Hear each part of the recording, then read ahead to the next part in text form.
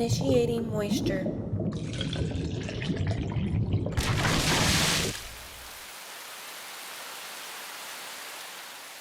Welcome to the Moist Meter, where we analyze the moisture content of the latest, hottest, newest movies, games, and just movies and games, really. Today, Star Wars Episode 8, The Last Jedi. This is a very serious Moist Meter, which is why I put these bad boys on. Now, I'd like to make it be known, The Force Awakens I didn't care for very much. It wasn't the worst movie I've ever seen, but it was still pretty bad. Rogue One was much worse. I enjoyed the ending, but that was about it. So I went into this one with pretty low expectations, and people were raving about it. Everyone was very excited for it. So let's just go ahead and get right into it. What did I think of it? What do I put it on the Moist Meter? Let's find out. Let's go ahead and hyperdrive on in here. Wubba lubba dub dub, I'm Pickle Skywalker. What I really liked about this movie is the visuals. I think they did an absolutely fantastic job with the visuals, the cinematography, top fucking notch. They introduced a lot of new little aliens, creatures, and critters that I enjoyed.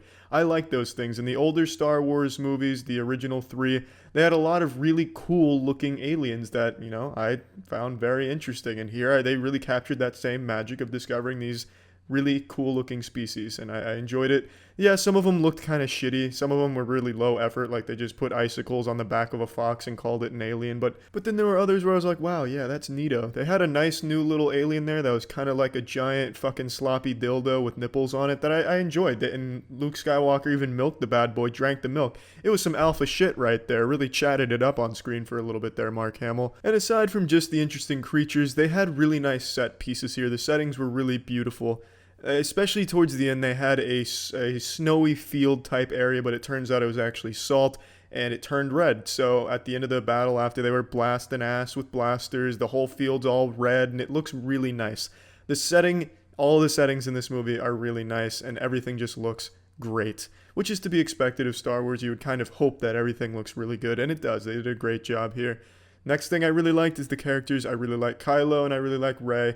I also enjoy Poe's character. I think they're strong characters. They're well written. The dialogue in this movie was just the right amount of cheese. It wasn't overblown. It wasn't like House of the Dead level shit. It was the perfect amount of cheese, and I thought it was good. It gets very dull at some points. A lot of conversations drag on and end with some stupid lines, but it's Star Wars. You expect that. And it's here. And now the last really good thing I can say about this movie is the action is good. There's not a whole lot of it here, but the action that is here is really good, especially the throne room scene towards the end. They have this great fight with these red ninjas with laser beam toys that they throw around, and it's a great fight to watch. The action was really well done. Now, I'm going to talk about some shit I didn't like. I really hated the 35 fucking minute subplot with Finn and another girl on another planet that served no purpose at all. It was probably longer than 35 minutes. It was probably closer to 40 or 50 minutes. They had this subplot. They had this grand plan, and it leads to nothing. Nothing happens.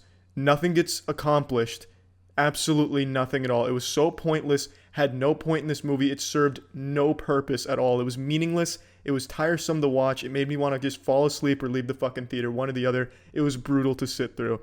It was that bad. This whole stupid subplot, and you'll know it when you get there because you'll be thinking the same thing. I guarantee it. It's just dumb. It's fucking stupid. They go to the Kentucky Derby on another planet and have a little vacation, basically, and it's useless. Absolutely useless. They also kill off a beloved character in the most awful way. They kill him, and then they just don't even talk about it. They mention it one time in an off comment. Oh, what happened to important Star Wars character X? Oh, he's dead. It's a shame. We lost him. That's it. That's about it. He doesn't even get like an on-screen death. He kind of just gets like thrown away like a fucking rag doll. Like it's like somebody threw a doll out the window of a moving car. And it's a beloved character, and that made me super duper fucking upset. Horrible decision there. Absolutely horrible. Worst death in any beloved character I've ever seen in any movie. Super fucking awful. Now the next things I want to talk about that I really hated are going to contain spoilers. I think it's important that I talk about these things to justify why I think this movie doesn't deserve a higher score than I'm about to give it. So if you don't want anything spoiled, go ahead and skip to the end where I give it the score. If you've already seen the movie and just want to hear why I want to talk about these things, stick around. Or if you just don't give a shit about the spoilers, the Star Wars lore, all power to you. Listen on. There's a scene where Carrie Fisher gets blown up in the main headquarters ship, the flagship, and she's floating through space. She wakes up and she flies back to the ship and she's fine.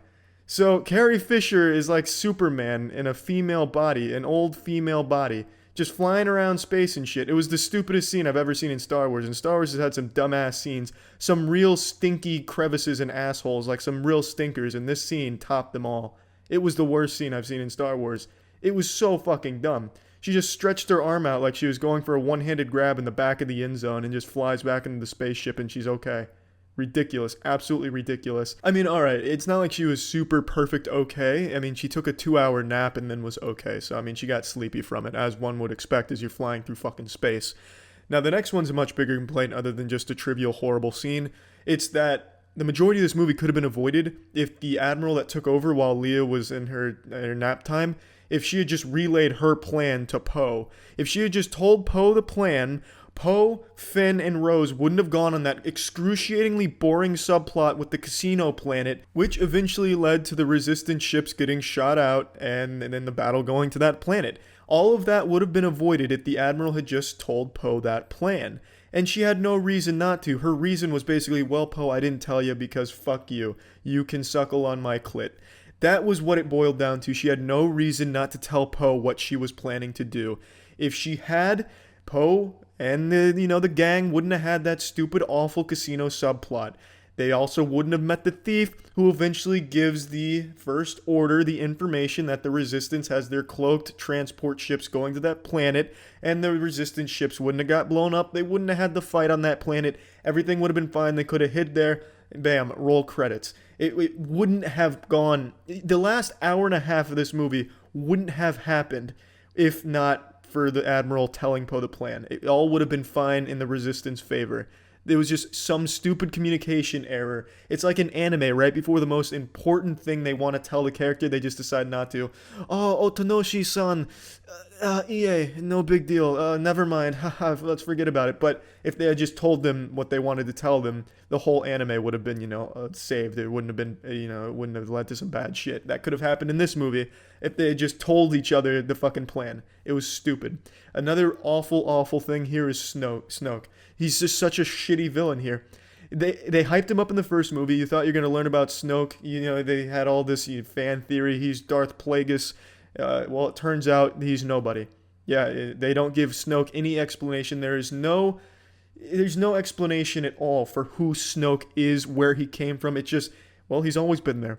He's just he's good with the dark side, and he's just kind of always been around. We don't know anything about him. What, you think we wrote him a fucking backstory? They gave him like the Riot Games treatment. Snoke has a dark and mysterious past. That's it. Just stupid. So he gets killed off in the most unglorified way. You learn nothing about the character. He was just a shit-ass villain. Stupid. Fucking dumb. There's a lot more I could pick out here, but I think I've made my point clear that there's a lot of things, a lot of plot holes here, a lot of dumb decisions that led to this movie not being as good as it could. But yeah, let's go ahead and plug this bitch into the moist meter here. We're going to clock this at a 70% moisture. This movie had a lot of potential. I think it did a lot of things better than the previous two new movies did. I think there was a lot more it offered. It could have been a lot better, but they made some horrible decisions. There were some glaring plot holes with such a bad villain that they didn't even give the care to give you any information on. They just didn't even bother. So many questions left unanswered. But there was still some fun to be had here. It's a movie worth watching if you're a Star Wars fan. It's better than The Force Awakens, and I'd say it's better than Rogue One. That being said, it's still not a super duper awesome movie, but it's good. It's good enough. I like that a lot of times with series, the newest intro will get slapped with, it's not like the previous ones at all. This is a very different approach to the Star Wars universe, or the very different approach to the X universe. It's very inspired and very different. Well, no, I disagree. I don't think this did anything super different from previous Star Wars movies. It just did some of the things better. But it's fundamentally the same thing you get with every Star Wars movie, except better in some places, worse in others. Overall, though, 70% movie. It's probably worth seeing. I think it was pretty good. That's it. See ya.